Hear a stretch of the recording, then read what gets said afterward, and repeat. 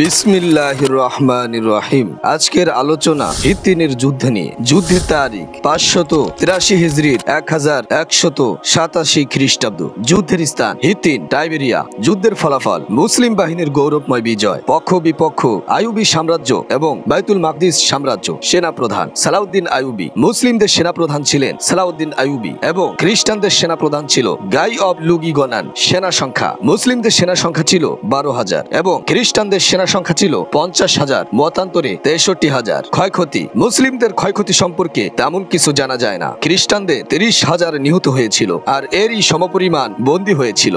এই ছিল হিত্তিনের যুদ্ধের সারমর্ম কথা। এবার বলবো হিত্তিনের যুদ্ধের বিস্তারিত আলোচনা। চলুন শুরু করি হিত্তিনের যুদ্ধ। ইসলামের ইতিহাসে এটি ব্যাপক জায়গা করে নিয়েছে। মুসলিমদের জয়ের মাধ্যমে এই যুদ্ধের সমাপ্তি হয়। আমরা সকলেই জেনে থাকবো যে সালাউদ্দিন আইয়ুবী তার জীবনী সম্পর্কে অনেক সিরিজও বের হয়েছে, তাই তার নামটি প্রায় মানুষের অজানা নয়। তিনি ছিলেন এই হিত্তিনের যুদ্ধের সেনাপ্রধান। তারই হাতে বাইতুল মাকদিস সাম্রাজ্য পরবর্তীতে বিজয় লাভ করেছিল। 583 হিজরি 24 রবিউল আউয়াল রোজ শনিবার নাজারেত এবং টাইবেরিয়ার মধ্যবর্তী হিত্তিন নামক স্থানে ক্রুসেডার জেরুজালেম রাজ্য ও আইয়ুবীদের মধ্যে সংগঠিত হয় এক ঐতিহাসিক যুদ্ধ। এই যুদ্ধে সুলতান সালাউদ্দিন আইয়ুবীর অধীনে মুসলিম সেনাবাহিনী ব্যাপক সংখ্যক ক্রুসেডার সেনাকে পরাস্ত করে গুরুত্ববহ এক বিজয় ছিনিয়ে নেয়। এ জয় মুসলমানদের জন্য বাইতুল মাকদাস বিজয়ের পথ সুগম করে। ঐতিহাসিকদের মতে হিত্তিনের বিজয়ের পর বাইতুল মাকদাস পুনরুদ্ধারে সালাউদ্দিনের সামনে আর কোনো বাধা অবশিষ্ট ছিল না। এই যুদ্ধের ফলাফল হিসেবে মুসলিমরা পবিত্র ভূমিতে প্রধান সামরিক শক্তি হিসেবে আবির্ভূত হয়। খ্রিস্টানদের এই পরাজয়ের মাধ্যমেই তৃতীয় ক্রুসেডের আনুষ্ঠানিক সূচনা হয়। আধার রাতে হাসনাহেনা। 532 হিজরির এক অন্ধকার রাত। হাড় কাঁপানো শীত ঘন আধারে ছেয়ে গেছে চারপাশ। জনমানবহীন শীতল মরুভূমিতে হাঁটছেন দুজন দীর্ঘদেহী মানুষ। পেছনে ক্লান্ত একদল নারী শিশু, সাথে কয়েকটি দুর্বল উট।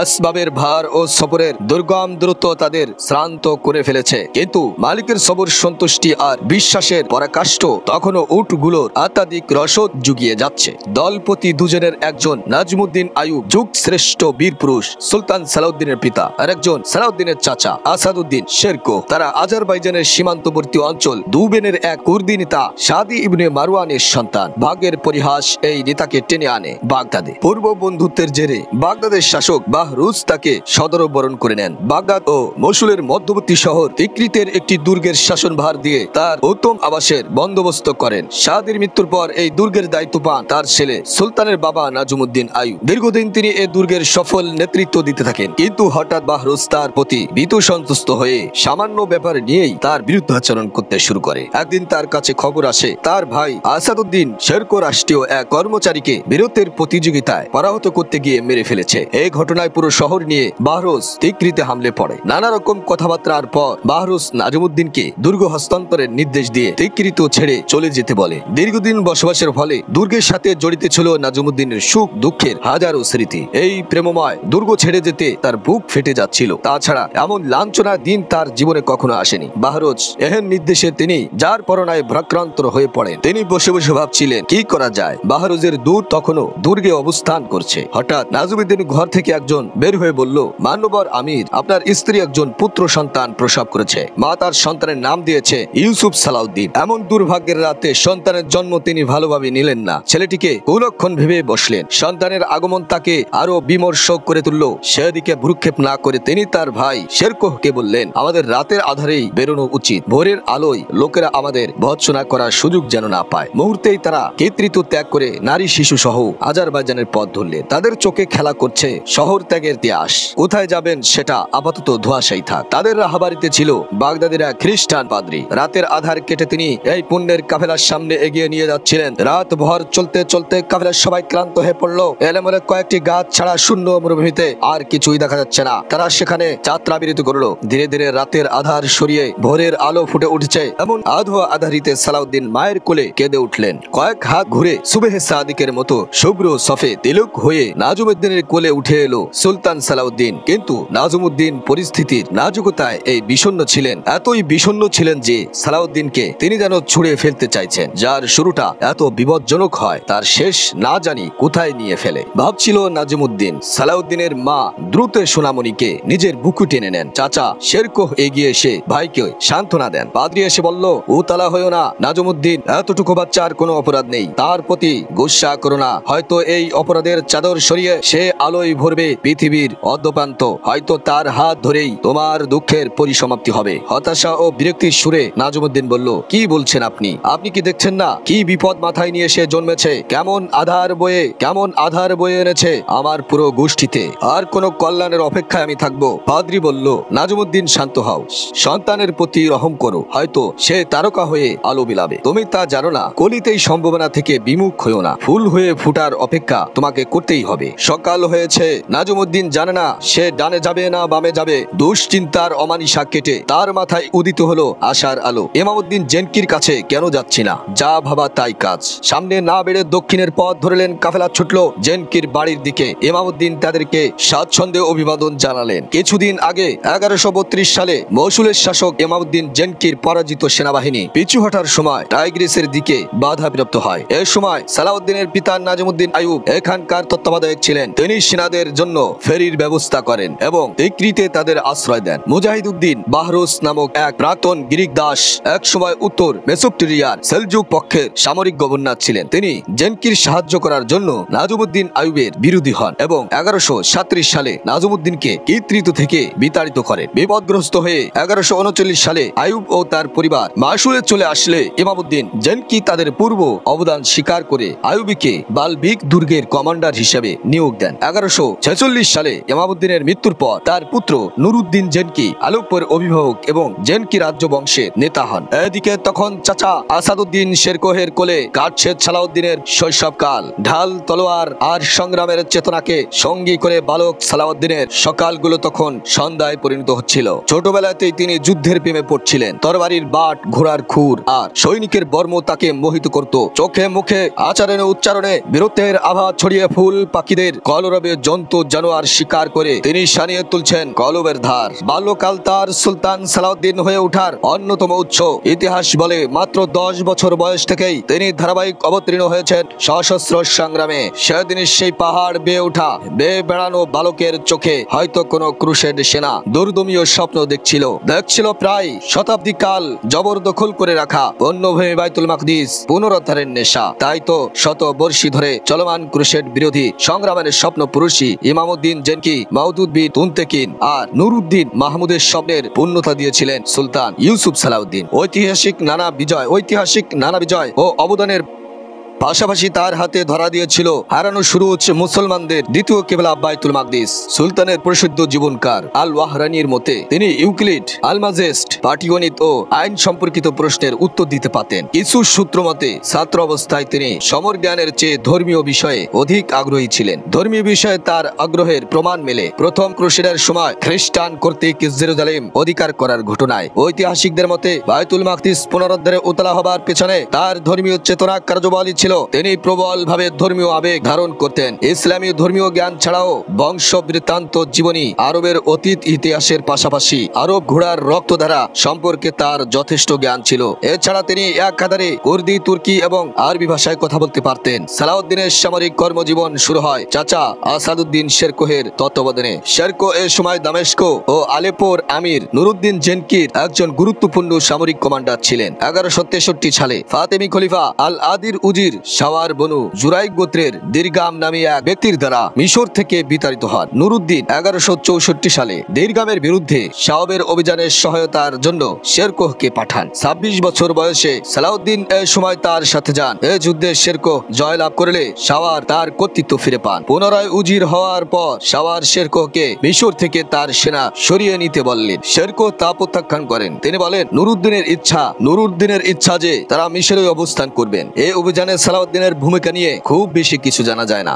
এই ঘটনার পর মিশরীয় ক্রুসেডার বাহিনী এবং শেরকোহের সেনাদল গাজার পশ্চিমে নীল নদের সন্নিকটে মরু সীমান্তের লড়াইয়ের অবতীর্ণ হয়। এই যুদ্ধে সালাউদ্দিন গুরুত্বপূর্ণ ভূমিকা রাখেন। এতে তিনি জেনকির সেনাবহরের দক্ষিণ ভাগের নেতৃত্ব দেন। তুর্কিদের একটি দল এ সময় বাম পাশে দায়িত্ব ছিল। শেরকোহে ছিলেন মধ্যভাগের অবস্থানে। প্রথম দিকে ক্রুসেডাররা সাফল্য লাভ করলেও অঞ্চলটি তাদের ঘোড়ার জন্য উপযুক্ত ছিল না। কাইসারিয়ার কমান্ডার হিউজ সালাউদ্দিনের দলকে আক্রমণ করলে তারা তারা গ্রেপ্তার হয়। মূল নেতাদের গ্রেপ্তারের পর সাধারণ সেনারা আগ্রাসী অবস্থানে চলে আসে। সালাউদ্দিন পিছন থেকে তাদেরকে ধাওয়া করলে শেষ পর্যন্ত এই যুদ্ধে জেনকিরা বিজয় লাভ করে। 1163 সালে নুরউদ্দিন জেনকি তাকে ফাতেমি মিশরে প্রেরণ করেন। ক্রুসেডদের আক্রমণের বিরুদ্ধে সামরিক সাফল্যের মাধ্যমে সালাউদ্দিন ফাতেমি সরকারের উচ্চ পদস্থে পৌঁছে যান। ফাতেমি খলিফা আল আদিদের সাথে তার সম্পর্ক ক্রমে ঘনিষ্ঠ হয়ে ওঠে। 1169 সালে সুলতানের চাচা শেরকোহ মৃত্যুবরণ করলে আল আদিদ সালাউদ্দিনকে তার উজির নিয়োগ দেন। শিয়া নেতৃত্বাধীন খেলাফতে সুন্নি কোন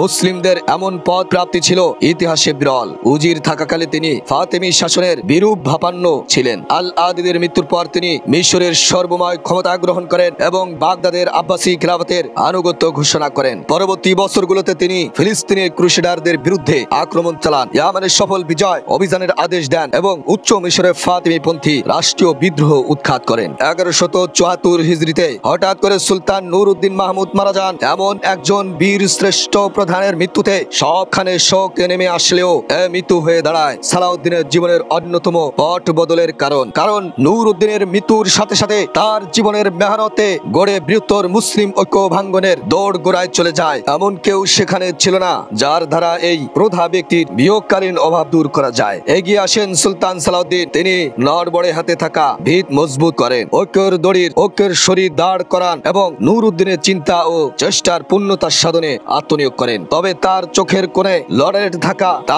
কোণে ললাটে থাকে মুসলমানদের প্রথম কিবলা বাইতুল মাকদিস পুনরুদ্ধারের অতৃপ্ত তিয়াস। সালাউদ্দিনের জন্য পরিস্থিতির লাগাম তুলে নেওয়া এতটা সহজ ছিল না, কারণ নুরউদ্দিন মাহমুদ তার 11 বছর বয়সের একটি পুত্র সন্তান ছেড়ে যান। ফলে কেউ এই কিশোর উত্তরাধিকার সর্বাধিকার হাতে নেবে তা নিয়ে আমির উজিরদের মধ্যে দেখা দেয় উত্তপ্ত দ্বন্দ্ব। এদিকে ধীরে ধীরে ক্ষয় যেতে থাকে নুরউদ্দিনের স্বপ্ন, তিলে তিলে গড়ে তোলা তার সাম্রাজ্যের পিলার। মিশরে বসে সালাউদ্দিন সব পর্যবেক্ষণ করছিলেন। তিনি তাকিয়েছিলেন ক্ষমতার দ্বন্দ্বে বিবাদে জড়ানো সাম্রাজ্যপতিদের দিকে আর অপেক্ষা করছিলেন মুসলিমদের বৃহৎ ঐক্যের হাল ধরার কোনো সুবর্ণ সুযোগ আসে কিনা। অবশ্য তার এ প্রতীক্ষা দীর্ঘ করতে হয়নি। দামেস্ক থেকে উড়ে এলো কিছু সুসংবাদবাহী পায়রা, জানালো নুরউদ্দিনের কুরসি গ্রহণের প্রতীক্ষিত আবেদন। সালাউদ্দিন এক মুহূর্ত দেরি করলেন না। সূর্য ডোবার প্রতীক্ষা না করে তখনই রওনা করলেন দূতদের সাথে। দামেস্কের জনগণ তাকে ফুলের সংবর্ধনা জানালো। শহরের দায়িত্ব বুঝে নিতেই তিনি কাজে নেমে পড়েন। অন্তত রাষ্ট্রীয় বিরোধে মন না দিয়ে সেনা পাঠালেন হিমসে। অনায়াসে হিমস তার হাতে চলে এলো।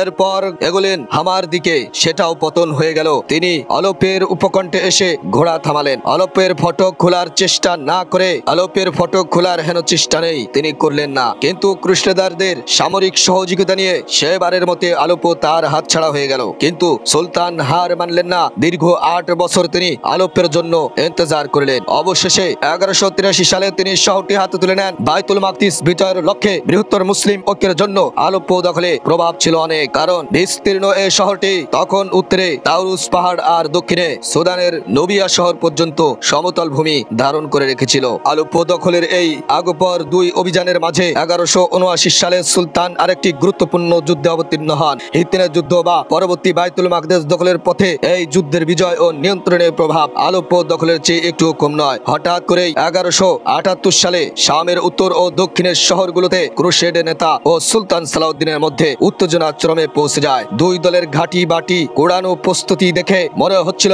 একেবারে যুদ্ধের কোন চূড়ান্ত সিদ্ধান্তের দিকে যাবে। হয় সুলতান সালাউদ্দিন জেরুজালেমে ক্রুসেডদের সরিয়ে একচ্ছ আধিপত্য পালন করবে, নতুবা তিনি হারিয়ে যাবেন কালের গর্বে। তার সাম্রাজ্য ডুবে যাবে কোনো এক অজানা চোরাবালিতে। ফরাসিরা তাদের সাম্রাজ্য সীমা বিস্তার করবে যতটা তাদের ক্ষুধা নিবারণ না হয়। ক্রুসেডের সাম্রাজ্য চতুর্থ বর্ডলাইন একটি ফন্দি আঁকলেন। ফিলিস্তিনের উত্তর আমেল পাহাড়ের দক্ষিণ এবং লেবাননের উপকূলের ক্রুসেড রাজ্যের সীমান্তবর্তী দুর্গ ও কেল্লাগুলোকে এক সুতায় গেঁথে ফেললেন। সীমানায় দাঁড়ানো এ সকল দুর্গের ঐক্য আসন্ন যুদ্ধের জন্য খুবই গুরুত্বপূর্ণ ছিল।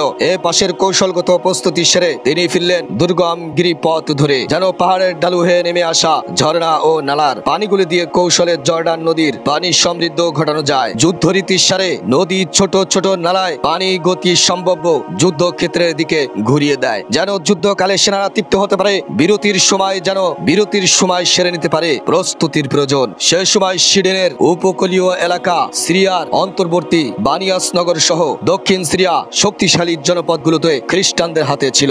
এতদা অঞ্চলগুলোতে বেষ্টন করেছিল দুর্দমীয় কিছু দুর্গ, যেমন মারজায়ুন, তাইবে, হাইনাইন, তিবনাইন এবং ইয়াকুব দুর্গ, এই সব গুরুত্বপূর্ণ কেল্লাগুলোতে ঐক্য গঠনের জোরদার চেষ্টা করেছিলেন সম্রাট বল্ডউইন। এদিকে তেলকাদি এবং বানিয়াস শহরকে সুলতান সালাউদ্দিন তার বাহিনীর জন্য একটি গোপন সরু পথ খুঁজে বের করেন। এই গুপ্ত পথ ধরে তার সেনারা ছোট ছোট দলে গুপ্ত হামলা চালাতে সক্ষম হন। কিছু সেনা ঢুকে যায় দুর্বৃত্তের মতন তাদের নাড়ির খবর তুলে আনতে, যাতে তাদের প্রস্তুতির পরিমাণ অনুমান করে তাদের কৌশলে তাদের ধরাশায়ী করা যায়। সে মতে সুলতানের বাহিনী দক্ষিণে তাদের কৌশলে আক্রমণ চালাতে থাকে। হামলার পর গুরুত্বপূর্ণ তথ্যদির সাথে সাথে পর্যাপ্ত গনিমতের মালও হস্তগত করতে পেরেছে। তারা জেনেছে তাদের আক্রমণের স্থান, যুদ্ধ কৌশল এবং যুদ্ধকে সামনে রেখে নিজেদের মধ্যকার ঐক্যের চেষ্টার কথাও। তবে মুসলমানদের বাহিনীতে যে নীতিতে এগোচ্ছিল তাদের পদাঙ্ক ধরে এগোচ্ছিল বল্ডউইনের চিন্তাও। দক্ষিণে যে আক্রমণে পড়ছিল একই হামলা উত্তরে বা পশ্চিমে পুনরায় হানছিল বল্ডউইনের সেনারা। ছোট ছোট যুদ্ধ জয়ের এই পরাক্রম একটি বড় যুদ্ধের ইঙ্গিত করছিল। কখনো লাগাম যাচ্ছিল তাদের হাতে, কখনো সেটা চলে আসছিল আমাদের নিয়ন্ত্রণে। জর্ডান নদীর অববাহিকা স্রোত কখনো ওদের হাতে ছিল, কখনো এদের হাতে আসছিল। অবস্থা দৃষ্টিতে সুলতান সালাউদ্দিন নতুন পদক্ষেপ নিলেন। দামেস্কে তার সভাকক্ষে জরুরি বৈঠক ডাকলেন। বাহিনীর নেতৃবর্গ ও রাজ্যের সভাসদদের উপস্থিতিতে সুলতান যুদ্ধের বিস্তারিত নকশা উপস্থাপন করলেন। যুদ্ধ কৌশলের বিবরণ শুনে সকলে সুলতানের সাথে একাত্মতা প্রকাশ করলেন। সুলতানের কথা মানার ও রাজ্যের প্রয়োজনে অভিষ্ট লক্ষ্য পূরণের এই আয়োজনে জীবন দেওয়ার অদাবদ্ধ হলেন। সুলতান তার সর্বশক্তি নিয়ে জয়ের লক্ষ্যে তাকবীর ধ্বনি তুলে সেনারা শহর ছাড়লো। এক দল এগোলেন সমুদ্রের তট ধরে, আর এক দল গেল উত্তর সিরিয়ার দিকে। তৃতীয় ও প্রধান দল এগুলো ক্রুসেডারদের প্রধান সেনাংশে এবং দুর্গম পাহাড়ি দুর্গাঞ্চলগুলোর দিকে। জেরুজালেমে ক্রুসেড শক্তির মূল গঠনের লক্ষ্যে সুলতান নিজে এই বাহিনীর নেতৃত্বে নামলেন। মুসলিমদের প্রথম কিবলা বাইতুল মাকদাস পুনরুদ্ধারের স্বপ্ন তখন তাকে তাড়াচ্ছিল প্রতিটি মুহূর্ত। 1179 সালে এই দুই বাহিনী তুমুল যুদ্ধে জড়িয়ে গেল। ইতিহাসে এই যুদ্ধে মার্জুয়ানের যুদ্ধ নামে পরিচিত। যুদ্ধের শুরুতেই বিক্ষিপ্ত হয়ে গেল বল্ডউইনের বাহিনী। পাহাড়ের চোর গলিতে লুকিয়ে থাকা ক্রুসেডারদের টেনে হেঁচড়ে পশ্চাদমন করে বের করে আনা হলো। দিক বিদিক শূন্য হয়ে ক্রুসেড সেনারা পাহাড় কন্দরে হারিয়ে গেল। কেউ আমেল দুর্গে আশ্রয় নিল, কেউ বা সিডন ও বৈরুতের পথে দৌড়ে পালালো, আবার কেউ এই প্রাথমিক পরাজয়ের সংবাদ বয়ে ছুটে গেল জেরুজালেমের দিকে। যুদ্ধ অপরিহার্য ভেবে উভয় পাশ থেকে অবশিষ্ট সেনারা ছুটে গেল। বাড়তে থাকলো হতাহতির সংখ্যা। চিরাচরিত স্বভাব মতো সুলতান সালাউদ্দিন শত্রুর তীর বল্লমের তোয়াক্কা না করেই বিপক্ষের বুদ্ধ চিরে বীর বিক্রমে ঢুকে গেলেন ভিতরে। ইউতিসি একদল সেনাও তার অনুসারে ভিতরে ঢুকে যায়। সুলতানের আত্মরক্ষার জন্য সুলতানের যে কোনো আদেশ মাথা পেতে নিতে পারে এরা বদ্ধপরিকর। যুদ্ধে সুলতান বল্ডউইনকে শোচনীয়ভাবে পরাজিত করেন। বিজিত নগরে বসে তিনি এঁকে ফেললেন আরো কিছু গৌরবদীপ্ত বিজয়ের ছক, যে গৌরবের ধারাবাহিকতায় সর্বশেষ যুক্ত হয় হিতিন 583 হিজরিতে। এই বিজয়ের রূপরেখা একদিনে আঁকা হয়নি। সুলতানের দীর্ঘকালের অভিজ্ঞতা জানা শোনার সাথে এখানে যুক্ত হয়েছিল জ্ঞানী গুণী রাজসভাসদদের সুচিন্তিত মতবাদ। রাজ্যের চিন্তাশীল উপদেষ্টা মণ্ডলীর গুরুত্বপূর্ণ নির্দেশনায় সুদূর প্রসারী এই বিজয়ের নকশা টানা হয়। এই নকশায় ছিল যে সব পানির কূপ, ঝর্ণা এবং নালা সমূহে নিয়ন্ত্রণ, যেগুলোতে সিঞ্চিত হতো নগরের সবকিছু। পাহাড়ের পেট ফুলে যেগুলো খালে খালে বয়ে যেত কৃষকের খেতে, রাখালের গোয়ালে আর কিষানির কাঁধে। এই নকশায় আরো ছিল যে সব সুড়ঙ্গ এবং ছিদ্র পথগুলো বন্ধ করে দেওয়া, সেগুলো হতে খ্রিস্টানদের ফিলিস্তিনে ঢুকা পড়ার সম্ভাবনা ছিল। বানিয়াসে সুলতান এক সুকৌশলী কাজ করেছিলেন। তিনি শহরের সীমান্ত লগ্ন করে দুটি দুর্গ তৈরি করেন। পাথরের তৈরি দুর্গ দুটির চারপাশে প্রাচীর তুলে দেন। গুরুত্বপূর্ণ এই ঘাটির সংরক্ষণে কিছু মানুষকে নিযুক্ত করে কিছু মানুষকে তিনি দুর্গনগরে জনবাস গড়ে তুলতে উৎসাহ যোগান। তারা সেখানে বসতি গড়ে তোলে। ফল ফসলে ভরিয়ে দুর্গের আশপাশ তাদের গবাদি পশুগুলোকে দুর্গ প্রাচীরের ঘেঁষে ঘাস চিবুতে দেখা যায়। তারা এ দুর্গ দুটির সীমান্ত রক্ষায় প্রতিজ্ঞাবদ্ধ হয়ে ওঠে, যেন ঘৃণ্য ক্রুসেডাররা এ পর্যায়ে সবুজে চোখ মিলে তাকানোর সাহস না পায়। সীমান্তে নিরাপদ ঘাঁটি বসানোর পর সুলতানের মনে হলো মসুল দখল করা ছাড়া এতদ অঞ্চলে মুসলমানদের এক করা সম্ভব নয়। তাই তিনি মসুলের কর্তৃত্ব হাতে নেওয়ার জন্য বেশ কয়েকবার শহরটি অবরোধ করেন। পরিশেষে ইয়াজউদ্দিন মাসউদের প্রচেষ্টায় 582 হিজরির সফর মাসে মসুলের সাথে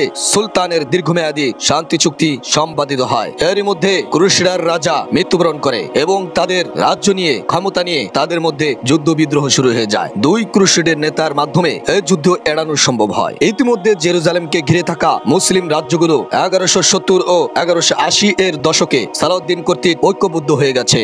1169 সালে সালাউদ্দিন মিশরের উজির নিযুক্ত হবার পর ক্রমশই তিনি সবগুলো রাজ্যের ক্ষমতার হাত প্রসারিত করেন। ফলে প্রথমবারের মতো জেরুজালেম রাজ্য মুসলিম শাসিত অঞ্চল দ্বারা চারপাশ থেকে আবদ্ধ হয়ে পড়ে। 1177 থেকে 1180 এই সময়টাতে ক্রুশেররা সীমান্তে মুসলমানদের সাথে ছোট ছোট কিছু সংঘাতে জড়িয়ে যায়। বাইতুল মাকদাস বিজয়ের লক্ষ্যে নির্মিত সুলতানের সীমান্তের কেল্লাগুলোতে ক্রুশেরেরা ঝামেলা করতে শুরু করে, কিন্তু বিচক্ষণ সুলতান সালাউদ্দিন সেগুলো ধর্তব্য না করে ক্রুশেড খেদানোর চূড়ান্ত যুদ্ধের প্রস্তুতি হিসেবে বৃহত্তর মুসলিম ঐক্য গঠন এবং সামরিক শক্তি সংহত করার লক্ষ্যে কৌশলে ক্রুশেডদের সাথে 4 বছরের জন্য একটি শান্তি চুক্তি স্থাপন করে নেন। এতে সীমান্তগুলো শান্ত হয়ে এবং শত্রুর দেশে গোয়েন্দা প্রেরণের পথ সুগম হয়। সুলতান চাচ্ছিলেন এই সময়টাই নিজের রাজ্যগুলোকে আরো খানিক শক্তিশালী করে অভ্যন্তরীণ ঝামেলা পুরোপুরি মিটিয়ে ফেলবেন। কিন্তু হুট করে টাইবেরিয়ার দিকে রোনাল্ডো, তিনি সেখানের আমির ছিলেন। সুলতানের শান্তি চুক্তির সময় ক্রুশেড শক্তির প্রবৃদ্ধির সুযোগ না নিয়ে সে এমন এক কাজ করে বসে যা চুক্তি ভঙ্গের দিকে পৌঁছে দেয় এবং নতুন করে যুদ্ধের দাবানল জ্বালিয়ে দেয়। মিশর থেকে দামেস্কের পথে যাত্রা করা মুসলমানদের এক ক্যারাভেনের আক্রমণ করে বসে সে মালামাল লুট করে এবং রক্ষীদের আটক করে নিয়ে যায় কিরকের দুর্গে। এই খবর সুলতানের কানে গেল। তিনি নিজেকে সামলানোর চেষ্টা করেন। এক দল দূত প্রেরণ করে রেনল্ডোকে বললেন কাফেলার মাল ও লোকজন ফিরিয়ে দিতে, নতুবা পরিস্থিতি খারাপের দিকে গড়াবে। কিন্তু রেনল্ডো সুলতানের কথায় কান না দিয়ে দূতদের সাথে খারাপ আচরণ করে। নিজের শক্তি নিয়ে গর্ব দেখিয়ে মক্কায় আক্রমণ করবে বলেও হুমকি দেয় সে এবং বলে তোমাদের নবী মুহাম্মদকে বলো এসে যেন বন্দীদেরকে মুক্ত করে নিয়ে যায়। এদিকে বাইতুল মাকদাসের সম্রাট লুসিগনানকে এই সংবাদ জানানো হলে তিনিও রেনল্ডের পক্ষে কথা বলেন এবং কাফেলার সম্পদ ও জনবল ফিরিয়ে দেওয়ার আবেদন নামঞ্জুর করে দেন। এতে পরিস্থিতি আরো ঘোলাটে হয়ে যায়। সালাউদ্দিন বুঝতে পারেন যুদ্ধ ছাড়া দ্বিতীয় কোনো পথ আর খোলা নেই। 1087 হিজরির মাস সুলতানকে খানিক সিদ্ধান্তহীন দেখাচ্ছে, যেন বা তিনি এখনই যুদ্ধটা চাননি। কিন্তু পরিস্থিতি এতটাই প্রতিকূল হয়ে যাচ্ছে যে যুদ্ধ না করে এর কোনো সুরাহ করা সম্ভব নয়। কিন্তু সুলতান সব দ্বিধা ছেড়ে উঠে দাঁড়ালেন। ভেবে নিলেন বিগত 10টি বছর ধরে আমি তো এই সুযোগের অপেক্ষায় করছিলাম। ক্রুসেডারদের ফিলিস্তিনের পুণ্যভূমি থেকে বিতাড়নের এটাই মোক্ষম সময়। এই ভেবে তিনি মিশর, আলেপ্পো, দেয়ারে বকর, জাজিরাতুল আরব এবং দামেস্কের সকল সেনাকে একত্রিত করার হুকুম দেন। তাদেরকে নিয়ে কিরকির দুর্গ অবরোধ করেন। সেটা কাপায়ে দলে হেঁটে যান সোবাক অভিমুখে। সেখানেও তিনি একই পরিণত টেনে টাইবেরিয়ার অদূরে বানিয়াস দুর্গের উদ্দেশ্যে বেরিয়ে পড়েন। এদিকে একই সময়ে সেনা জমায়েতের ঘটনায় ক্রুসেডেরা সম্রাট লুসিগনানের নেতৃত্বে জড়ো হয়। খ্রিস্টানদের সকল শক্তি সাফুরিয়া শহরের কাছে ঝর্ণার কোলে তারা সেনা সমাবেশ করে। এতে যোগ দেয় গায়রের দীর্ঘদিনের শত্রু ত্রিপলির রাজা রেমান্ডো। ধর্মযুদ্ধের প্রয়োজনে সে ভুলে যায় পুরো নিভেদ ভেঙ্গে ফেলে সালাউদ্দিনের সাথে করা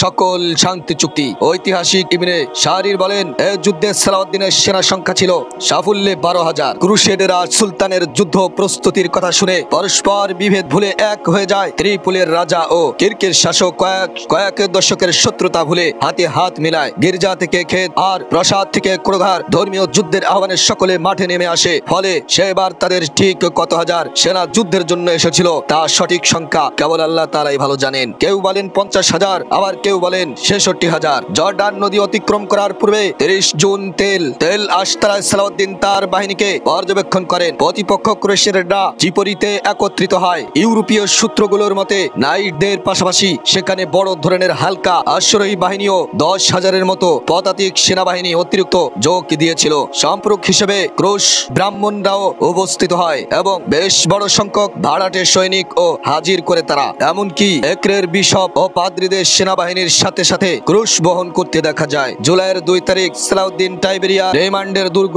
অবরোধের নেতৃত্ব দেন। এ সময় মূল মুসলিম সেনারা এতটুকু দূরে টাইবেরিয়ার পথে অবস্থান করছিল। সালাউদ্দিন গাইকে সাফুরিয়ান ঝর্ণা থেকে সরিয়ে নিজের সুবিধা মতো কোথাও একত্র করতে চাচ্ছিলেন। টাইবেরিয়ার ভারপ্রাপ্ত দুর্গপতি গেরসন পরিস্থিতি প্রতিকূল দেখে সালাউদ্দিনকে অর্থ পরিশোধ করতে চেয়েছিল, কিন্তু সালাউদ্দিন তা গ্রহণে অস্বীকৃতি জানালো। ফলে ওই দিনই দুর্গের পতন হয়। রেমান্ডের সেনারা ফটকে প্রতিরোধ গড়লেও সুলতানের সেনারা দুর্গের একটি টাওয়ার খুঁড়ে ফেলে। এতে টাওয়ারটি মাটিতে ধসে পড়লে মুসলিম বাহিনী সেখানে ঢুকে পড়ে। সেখানে যারা তাদেরকে বাধা দিতে অস্ত্র হাতে নেয়, সালাউদ্দিনের সেনারা তাদেরকে হত্যা ও বন্দী করে ফেলে। রেমান্ডর স্ত্রী এসিবা দুর্গের ভিতরে আবদ্ধ হয়ে পড়েন। এই সংবাদ ক্রুসেড বাহিনীর কাছে গেলে তারা একটি জরুরি সভার আহ্বান করে। জুলাই 2 তারিখ ক্রুসেডের সভা অনুষ্ঠিত হয়। সেখানে একদল টাইবেরিয়াকে সালাউদ্দিনের হাত থেকে বাঁচানোর জন্য দ্রুত সেদিকে যাত্রা করার পক্ষে মত দেয়, কিন্তু অপর পক্ষ বলে এই মুহূর্তে টাইবেরিয়ার দিকে অগ্রসর হওয়া আমাদের জন্য উচিত হবে না, কারণ রাস্তা অনেক দীর্ঘ এবং আমাদের কাছে পর্যাপ্ত রসদ নেই। তদুপরি দীর্ঘ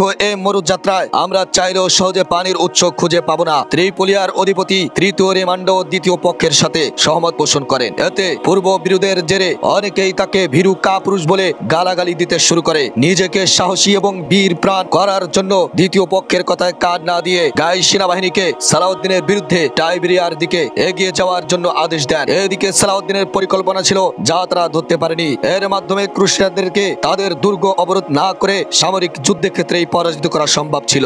এছাড়াও সালাউদ্দিন অনাকাঙ্ক্ষিতভাবে দুরুজদের কাছ থেকে মিত্রতা লাভ করেন। জামাল আদ-দিন হাজির মাধ্যমে সারাহমুলে এই মিত্রতা স্থাপিত হয়। জামালের পিতা কারামা নূর উদ্দিন জেনকির পুরনো মিত্র ছিলেন। তাছাড়া সারাহমুল শহর ক্রুসেডদের দ্বারা ইতিপূর্বে বেশ কয়েকবার হামলার শিকার হয়েছিল। জামাল আদ-দিন হাজির মতে তার বড় তিন ভাইকে অন্যায়ভাবে হত্যা করেছিল খ্রিস্টানরা, সেজন্য তিনি স্বেচ্ছায় তার গোত্র সহ সালাউদ্দিনের বাহিনীতে যোগদান করেন। ক্রুসেডরা সাফরিয়া থেকে 1 জুলাই তাদের যাত্রা শুরু করে। গাই সেনাদের মধ্যভাগ, রেমান্ডো অগ্রভাগ এবং বেলিয়ান ও রেমান্ডো পিছনের দিকে নিয়ন্ত্রণ করে এগোতে থাকে। দীর্ঘ 27 কিলোমিটার পাড়ি দিতে হয়ে তাদের সূর্য ক্রমেই প্রখর হয়ে উঠেছে। মরু অঞ্চলে কিছু দূর এগোতেই সেনাদলের গলা বুক পিপাসায় শুকিয়ে আসে। দুর্গম পথ ও পানি শূন্য যাত্রা খ্রিস্টান সেনাদেরকে পথেই অর্ধেক পরাজিত করে ফেলে। এদিকে সুলতান তাদের যাত্রার কথা শুনতে পেরেই টাইবেরিয়া থেকে 9 কিলোমিটার সামনে এগিয়ে আসার জন্য বের হয়ে যান। দুর্গের পশ্চিম দিক ধরে সচেতন চোখে এগোতে থাকেন তিনি। দুপুর নাগাদ খ্রিস্টান সেনাবাহিনী সাপুরিয়া থেকে 6 মাইল 10 কিলোমিটার দূরে গ্রাম তুরানের একটি জনধারায় এসে পৌঁছায়। ইবনু সাদ্দাতের মতে এখানে তাদের পদাতিকদের রাজ পাখি ও আশ্রয়ীদের ঈগলগুলো পানির পাশে উড়ছিল। টাইবেরিয়াস পর্যন্ত আরো 9 মাইল 14 কিলোমিটার পথ বাকি ছিল। সময় বাকি আছে অর্ধদিন। 1182 সালে খ্রিস্টান সেনাবাহিনী সাধারণ শত্রুদের বিরুদ্ধে একদিনে 8 মাইল 13 কিলোমিটার অগ্রসর হতে পারত। সে মতে ভরপুর পানির উৎস ছেড়ে গন্তব্যে পৌঁছার অনিশ্চয়তা নিয়ে তুরান গ্রাম ছেড়ে রওনা করছিল নিজেদেরকে ধ্বংসের দিকে ঠেলে দেওয়ার জন্য।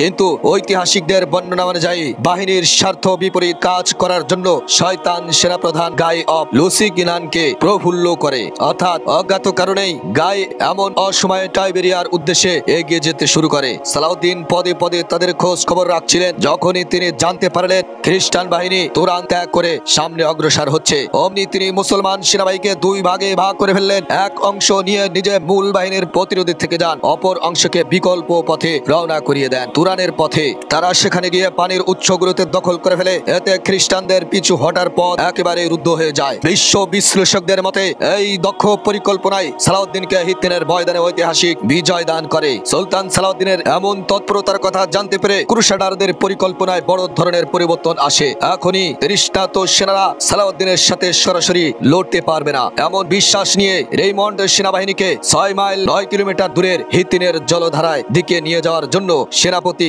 গাইকে পরামর্শ দেয়। বলে সেখান থেকে পরের দিনই টাইবেরিয়ার দিকে যাত্রা করতে পারবো। তাদের ধারণা ছিল না যে সুলতান আগে থেকেই মুসলিম বাহিনীর অপর অংশ নিয়ে হিত্তিনের কাছাকাছি অবস্থান করছেন। হিত্তিন নামক জায়গাটি সমুদ্র পৃষ্ঠ থেকে 300 মিটার উচ্চতে অবস্থিত। এখানে 2 চূড়া বিশিষ্ট একটি পাহাড় রয়েছে। জায়গাটি টাইবেরিয়াস ও পশ্চিমে একরে যাতায়াত মধ্যবর্তী বিস্তৃত পর্বতমালার গিরিপথের পাশে অবস্থিত। সে সময় একটি জর্ডান নদী গ্যালিলি ও মধ্যসাগরীয় উপকূলের মধ্যে যাতায়াতের প্রধান বাইপাস সড়ক হিসেবে কাজ করত। 3 জুলাই খ্রিস্টান বাহিনীরা হিত্তিনের কাছাকাছি চলে এলে সুলতান দ্রুত তার সেনাবাহিনীর অপর অংশকে তুরান থেকে চলে আসতে বললেন। তাছাড়া বিগত কয়েকদিন হিত্তিনের ঝর্ণা দ্বারার পাশে বসবাস করে মুসলিম সেনারা যথেষ্ট শক্তিমান হয়ে উঠছিল। তাই সহজেই তিনি সামনের দিকে খ্রিস্টানের পথ আগলে দাঁড়ান। পিছনের দিকে সরতে গেলে সুলতানের অপর অংশের সেনারা সেদিকে তাক দিয়ে তাদেরকে সামনের দিকে হাঁকিয়ে দেয়। এদিকে পিপাসার্ত ক্লান্ত ও শ্রান্ত সেনাদের নিয়ে খ্রিস্টান সেনাপতিরা বিপাকে পড়ে যায়। কি করা যেতে পারে তা নিয়ে রিমান্ডো ও গায়ের মধ্যে দ্বন্দ্ব দেখা দেয়। গায় বলছিল কৌশলগত কারণে আমাদের নিচে টিলার আশপাশে থাকা উচিত, কিন্তু রেইমন্ডের কথা ছিল সালাউদ্দিনের বাহিনীর হাতে মারা পড়তে না চাইলে আমাদের উচিত এখান থেকে ছটকে পড়া। সেক্ষেত্রে পাহাড়ের উপর দিকে উঠে সেনাদেরকে পানি ও খাবার খাওয়াতে রাতে বিশ্রাম নেবার ব্যবস্থা করে সকালবেলা সালাউদ্দিনের মোকাবেলা করা ভালো হবে। একরোখা রিমান্ডো এবারও গায়ের কথা মানল না। ফলে সমগ্র বাহিনী মেসকানা গ্রামের নিকট উচ্চ ভূমিতে আবদ্ধ হয়ে পড়ল। পাহাড়ের 2 পাশ থেকে মুসলিম বাহিনী পরিবেষ্টন ক্যাম্প করতে বাধ্য হলো তারা। তাদের কাছে না কোনো পানি ছিল, না কোনো রসদ ছিল, আর না কোনো নতুন সৈন্য আগমনের কোনো সুযোগ খোলা ছিল। গায়ের আশা ছিল যে তার লোকেরা পরের দিন সকালে হিত্তিনের জলধারায় পৌঁছতে পারবে। সুলতান এই সুযোগকে কাজে লাগান। তিনি তার সেনাপতিদের একত্র করে পরবর্তী নির্দেশনা বুঝিয়ে দেন। সুলতান পরিকল্পনার কথা ছিল খ্রিস্টান বাহিনীকে কোনোভাবেই পানির কাছে আসতে না দেওয়া হয়, যাতে তারা প্রচন্ড পিপাসার্ত হয়ে উল্লেখযোগ্য যুদ্ধ ছাড়াই পরাজিত হয়ে যায়। সে মতে মুসলিম বাহিনী রাতে ক্রুসেডারদের ঘেরাও করে রাখলো। পাহাড়ের উপর পানিহীন, খাবারবিহীন দুর্বসহ রাত কাটালো গায়ের বাহিনীর। সুলতানের নির্দেশ মুসলিম সেনারা জোরে জোরে তাকবীর এবং তাহলিল উচ্চারণ করেছিল, যার ফলে খ্রিস্টানরা দুর্বলতা ভুলে থাকতে শান্তিমতো খানিক ঘুমাতেও পারছিল না। 4 জুলাই 1187 খ্রিস্টাব্দ রোজ শনিবার যুদ্ধের আলো ফুটতেই ক্রুসেড বাহিনী দেখলো রাতের আধারে সালাউদ্দিন তাদেরকে চারপাশ থেকে ঘিরে ফেলেছে এবং পানির উৎসগুলো সব নিয়ন্ত্রণে নিয়ে গেছে। হঠাৎ একযোগে তাকবীর ধ্বনি দিয়ে মুসলিম বাহিনী তাদের উপর হামলে পড়লে ক্লান্ত পরিশ্রান্ত খ্রিস্টান সেনারা তহলিল হয়ে পড়ে, হতবিলম্ব হয়ে পড়ে। সেনাপতির পরিকল্পনা মতে তারা সালাউদ্দিনের মোকাবেলা বাদ দিয়ে তখন সে কোনোভাবেই টাইবেরিয়ার দিকে বেরোনের পথ খুঁজতে থাকে। সুলতান সালাউদ্দিন তাদের মনস্তত্ব ধরে ফেললেন। চারদিকে অবরোধ আরো জোরদার করে দিয়ে তিনি সেনাদেরকে যুদ্ধের জন্য উদ্বুদ্ধ করতে থাকেন। বলেন সর্বক্ষেত্রে সতর্ক থাকতে এবং বাহিনীর স্বার্থ বিরোধী যে কোনো কাজ করে বিরত থাকতে। সেনারা তার সব কথা মেনে নেয়। সুলতান সালাউদ্দিন মুসলিম সেনাদেরকে জানিয়ে দেন, আমরা জর্ডান নদীর তীরে দাঁড়িয়ে আছি। আমাদের চারপাশের শহরগুলো রোমানদের নিয়ন্ত্রণে।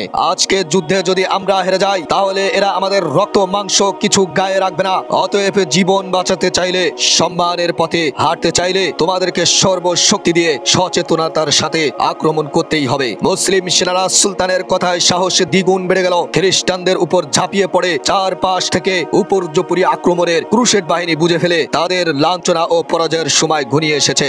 তারা বুঝতে পারে সালাউদ্দিনের হাত থেকে বাঁচতে হলে পালাতে হবে, নতুবা হাত জোড় করে আত্মসমর্পণ করতে হবে। কিন্তু পালানোর চিন্তা করাও অতটা সহজ নয়। তখন মুসলমানেরা সীসাডালা প্রাচীর হয়ে চতুর্দিকে বেষ্টনী করে রেখেছে। তবে ত্রিপোলির রাজা রেমান্ডো তার সঙ্গী সেনাদের সাথে এক গোপন পরামর্শ করলো। এরপর সর্বশক্তি দিয়ে মুসলিম বাহিনীর এক অংশের লক্ষ্যে এগিয়ে গেল। মূলত তাদের উদ্দেশ্য ছিল মুসলিম রুদ্ধ প্রাচীর ভেদ করে প্রাণ নিয়ে পালিয়ে বাঁচা। সুলতান সেটা বুঝতে পেরে সেদিকের সেনাদের ইঙ্গিতে রেমন্ডকে ছেড়ে দিতে বললেন। সেনারা সরে গেলে চোখের পলকে ছটকে পড়ে রেমান্ডো ও তার অনুগামী সেনারা। রেমান্ডো বের হয়ে গেলে অবশিষ্ট সেনাদের আরো জোরদার ঘেরাও করে মুসলিম বাহিনীরা। সালাউদ্দিন চিন্তা করেন বাহিনীর একাংশ পলায়ন করায় এমনিতেই খ্রিস্টানরা ভীতু হয়ে পড়েছে, তাদের ভয় বরং আরো খানিক বাড়িয়ে দেওয়া যায়। অনেক খ্রিস্টান সেনারা নিজেদের প্রাণের মায়ায় এ সময় অস্ত্র ফেলে মুসলমানদের কাছে নিজেদের সঁপে দিচ্ছিল। তিনি একদল মুসলিম সেনাকে নির্দেশ দেন খ্রিস্টান বাহিনীর পিছনের দিকে ঘাস ও শুকনো মাছগুলোতে আগুন ধরিয়ে দিতে। সেনারা সেদিকে গিয়ে কাঠ, গাছের ডাল ইত্যাদি জড়ো করে আগুন ধরিয়ে দেয়। সেই আগুন ক্রমেই সামনের দিকে ধেয়ে আসে। সেনারা তাদের ঢালের সাহায্যে বাতাস দিয়ে সেগুলো উত্তাপ পৌঁছে দেয় খ্রিস্টানদের তাঁবুতে। পূর্ব থেকে খ্রিস্টানেরা পিপাসার্ত ছিল, এমন নতুন করে যোগ হয় অসহনীয় ধোঁয়া ও আগুনের উত্তাপ। এতে তারা নিরুপায় হয়ে পাহাড়ের আরো উপরে উঠতে থাকে। তাঁবুগুলো গুড়িয়ে নিয়ে আর একটু উপরের দিকে স্থাপনের চিন্তা করে তারা। কিন্তু সালাউদ্দিন তাদের সেই সুযোগ দেন না। সেনাদের নিয়ে চারপাশ থেকে আরেকবার আক্রমণ করে তাদেরকে অতিষ্ঠ করে তোলেন। শেষ পর্যন্ত সম্রাট গাই অফ লুসিগনের একটি তাঁবু ছাড়া সেখানে দ্বিতীয় কোনো তাঁবু স্থাপন করতে সক্ষম হয় না ক্রুসেড সেনারা। যুদ্ধে সুলতান সালাউদ্দিন প্রতিপক্ষের সামরিক শক্তির পাশাপাশি তাদের মনস্তাত্ত্বিক এবং আধ্যাত্মিক শক্তিও ধ্বংস করে দেয়। শুরু থেকেই তিনি এই ব্যাপারে যথেষ্ট সতর্ক ছিলেন। ক্রুসেড বাহিনীকে পাহাড়ের চূড়ায় তুলে অবরোধ করেই তিনি দৃষ্টি নিবদ্ধ রাখলেন তাদের ট্রু ক্রুশের দিকে। তাদের বিশ্বাস মতে সেখানে এমন একটি কাষ্ঠখণ্ড আছে যাতে সাইয়্যিদনা হযরত ঈসা আলাইহিস সালামকে শূলবিদ্ধ করা হয়েছিল। নাউজুবিল্লাহ। তিনি চাচ্ছিলেন ক্রুশটি ছিনিয়ে নিতে, কারণ তিনি জানতেন এটা হাত করে নিতে পারলে শত্রুপক্ষের মানসিক এবং আত্মিক শক্তি পুরোপুরি ধ্বংস হয়ে যাবে। তারা এটাকে স্বর্ণরূপ এবং মূল্যবান হিরো জহরাতের গিলাফে পেঁচিয়ে এনেছিল। সুলতান একদল সেনা পাঠানো ট্রু ক্রুশটির ছিনিয়ে আনতে একরের বিষব বাধা দিয়ে ধস্তাধস্তিতে মারা যায় এবং মুসলিম সেনারা ত্রিকুশটি সুলতানের কাছে নিয়ে আসতে সক্ষম হয়। ট্রু ক্রুশ বেদখল হতেই খ্রিস্টান সেনারা তাদের ধ্বংসের বিশ্বাস করে নেয়। জীবনের মায়া ছেড়ে দিয়ে তারা নিচের দিকে নামতে শুরু করে। মুসলিম বাহিনী তাদেরকে হত্যা ও বন্দী করতে থাকেন। মাত্র কয়েক ঘন্টায় রাজা গাই সাথে পাহাড়ের একেবারে চূড়ায় খ্রিস্টানদের মাত্র 1 থেকে 150 সেনা অবশিষ্ট থাকে। বাকিরা পালিয়ে যায়। মুসলিম সেনারা রাজা গাই রাজকীয় তাবু দখল করে নেয়। 30,000 খ্রিস্টান সেনা নিহত হয় এবং 30,000 বন্দী হয়। কেবল ত্রিপুলির আমির রেমন্ডো ছাড়া অন্য সব ক্রুসেড নেতারা এ যুদ্ধে মুসলিম বাহিনীর হাতে বন্দী হয়ে যায়। যুদ্ধের পরের কিছু কথা। 4 জুলাই 1187 খ্রিস্টাব্দ। হিত্তিনের যুদ্ধ শেষ হয়ে গেছে। বিজয় মুসলিম বাহিনী দখল করে নিয়েছে গাই অফ লুসিগনের সবকিছু। বন্দী হয়েছে গাই অফ লুসিগান, শ্যাটিলনের, রেনল্ডো পঞ্চম, উইলিয়াম গিরার্ডি, রাইটফোর্ড চতুর্থ, হামফ্রি ব্রাউটেনের, পিলিভেটেন সহ উল্লেখযোগ্য ক্রুসেডার নেতারা। তাদেরকে নিয়ে আসা হয়েছে সুলতান সালাউদ্দিন আইয়ুবের সামনে। ক্রুসেডারদেরকে চেহারা ক্লান্ত বিধ্বস্ত গাই অফ লুসিগনার পিপাসায় ছটফট করছেন। সুলতানের নির্দেশে বরফ মিশ্রিত পানি এনে দেয়া হলো তাকে। নিজে পানি পান করে রেনল্ডের দিকে এগিয়ে দিলেন গাই। এই দৃশ্য দেখে সুলতান রেগে গেলেন। তিনি দোবাসীকে বললেন, গাইকে বলো রেনল্ডকে সে পানি দিয়েছে, আমি দেইনি। সুলতানের ইঙ্গিত ছিল পরিষ্কার, আরবরা কোনো বন্দীকে পানি পান করানোর স্বার্থ ছিল তাকে জীবনের নিরাপত্তা দেওয়া। সুলতান রেনল্ডকে পানি পান করতে না দেওয়ার সোজা অর্থ হলো তিনি রেনল্ডকে জীবনের নিরাপত্তা দিচ্ছেন না। রেনাল্ডোকে জীবনের নিরাপত্তা না দেওয়ার নানা কারণ ছিল। 577 হিজরিতে সে মদিনায় হামলা করতে চেয়েছিল, কিন্তু সুলতান আইয়ুবী একটি বাহিনী প্রেরণ করে তাকে আটকে দেন। 582 হিজরিতে সন্ধি থাকা অবস্থায় সে একটি মুসলিম কাফেলাকে আক্রমণ করে, অনেকে মুসলমানকে হত্যা করে। তখন মুসলমানের দূতকে সে বিদ্রুপ রূপে সাথে বলেছিল, মোহাম্মদ কেন তোমাদের উদ্ধার করছে না? তার এই উক্তি সুলতান সালাউদ্দিনের কানে পৌঁছেছিল। সেদিন থেকেই তিনি রেনল্ডকে উচিত শিক্ষা দেওয়ার অপেক্ষা করছিলেন। তুমি অনেকবার শপথ ভেঙেছ, কোন চুক্তির প্রতি তুমি সম্মান দেখাওনি, কেন এমন করলে? রেনাল্ডোকে জিজ্ঞেস করলেন সুলতান। এটা রাজাদের অভ্যাস, আমি শুধু তাদের পথই অনুসরণ করছি, জবাব দিল রেনাল্ডো। এটা রাজাদের অভ্যাস, আমি শুধু তাদের পথই অনুসরণ করছি, জবাব দিল রেনাল্ডো। তুমি বলছিলে মুহাম্মদ সাল্লাল্লাহু আলাইহি ওয়াসাল্লাম কেন মুসলমানদের উদ্ধার করতে আসছে না, এখন দেখো আমি নবীজির পক্ষ থেকে এসেছি, গম্ভীর কণ্ঠে বললেন সুলতান। রেনাল্ডো চুপ রইল। সুলতান তাকে ইসলাম গ্রহণের আহ্বান জানালেন। রেনাল্ডো অসম্মতি জানালো। সুলতান তরবারিটা এগিয়ে নিয়ে তার ঘাড় ও কাঁধের মাঝখানে তরবারি বসিয়ে দেন। ইটকে আসা রক্ত হাত থেকে মুছতে মুছতে সুলতান বলেন, আমি 2 বার তোকে হত্যা করার শপথ করেছি, যখন তুই মক্কা মদিনা আক্রমণের দুঃসাহস করেছিলি আর যখন অন্যায়ভাবে আমাদের বাণিজ্য কাফেলাকে আটকে দিয়েছিলি। সম্রাট গাই অফ লুসিগনান এই অবস্থা দেখে ঘাড় নামিয়ে হাঁটু গেড়ে বসে পড়েন। তিনি ভাবছিলেন সুলতান বুঝি তারও শিরোচ্ছেদ করে ফেলবেন। রেনাল্ডোর মৃত্যুর দৃশ্য দেখে তিনি একটু আগে পান করা বরফ কুচির কথা ভুলে গেলেন, কিন্তু সুলতান তাকে টেনে তুললেন, আশ্বস্ত করে বললেন, কোন রাজা কখনো অন্য রাজাকে হত্যা করে না, কিন্তু ওই লোকটা সব সীমা অতিক্রম করেছিল, তাই আমি তার সাথে এই আচরণ করছি। লোকটিকে তার অপরাধ প্রবণতা ও বিশ্বাসঘাতকতার জন্যই মারতে হয়েছে। হিত্তিনের পরাজয় কোনো স্বাভাবিক পরাজয় ছিল না, বরং এই পরাজয় খ্রিস্টানদের কোমর ভেঙে দেয়, যাদের মন মজকে গেঁথে দেয় মুসলমানদের ভয়। এই বিপর্যয় প্রতিটা খ্রিস্টানের কাঁধে প্রেয়তা হয়ে জড়িয়ে বেড়ায়। এই যুদ্ধে তারা তাদের সিংহভাগ সেনার মৃত্যু দেখে ইতিহাসবিদদের মতে এত অধিক পরিমাণে সেনা হিত্তিনে মারা পড়েছিল যা অসংখ্য এবং অগণিত। প্রত্যক্ষদর্শী যারা নিহতদের সারি দেখছিল তারা ভেবেছিল সবাই বুঝি মারা গেছে, কেউ বন্দী হয়নি। আবার যারা বন্দীদেরকে দেখতে পেরেছিল তারা ভেবেছিল সবগুলোকেই বন্দী করা হয়েছে, কেউ মারা যায়নি। মৃত্যুদণ্ড প্রাপ্ত সকলকে শিরোচ্ছেদ করে হত্যা করা হয়। গাই অফ লুসিগনকে বন্দী করে দামেস্ক নিয়ে রাখা হয় এবং পরবর্তীতে মুক্তিপণ আদায়ের মাধ্যমে তাকে মুক্তি দেওয়া হয়। রেমন্ডো অফ ত্রিপলি যুদ্ধ থেকে পালায়নের পর 1187 সালে দুরারোগ্য রোগে আক্রান্ত হয়ে মৃত্যুবরণ করে। হিত্তিনের পরাজয় সালাউদ্দিনের সামনে ক্রুসেডারদের সবগুলো শহর দখলের পথ উন্মুক্ত করে দেয়। তিনিও তার ভাই আল মালিকুল আদিল মিলে একে একে দখল করে নেয় খ্রিস্টান শাসিত প্রায় সবগুলো রাজ্য। যুদ্ধের পর 5 জুলাই রোববার সালাউদ্দিন টাইবেরিয়ার ভিতরের দিকে 6 মাইল 10 কিলোমিটার যাত্রা করেন এবং সেখানে কাউন্টেস এলসিবা দুর্গের নিয়ন্ত্রণ গ্রহণ করেন। পরবর্তী কয়েক মাসেই মুসলমানরা এড্রে, লাবনুস, জাফা, নাবলুস, জাফা, টোরন, সিডন, বৈরুত ও আসকেলান দখল করে নেয়। সৌভাগ্যবশত কনরাড অফ মন্টফেরার্ডের আগমনের কারণে টায়ার রক্ষা পায়। এদিকে রানী সিবিলা, পেট্রিয়ার্ক হেরাক্লিয়াস ও বেবিলিয়ন জেরুজালেম প্রতিরক্ষার কাজে নিয়োজিত থাকেন। এই ছিল আজকের হিত্তিনের যুদ্ধের ঘটনা।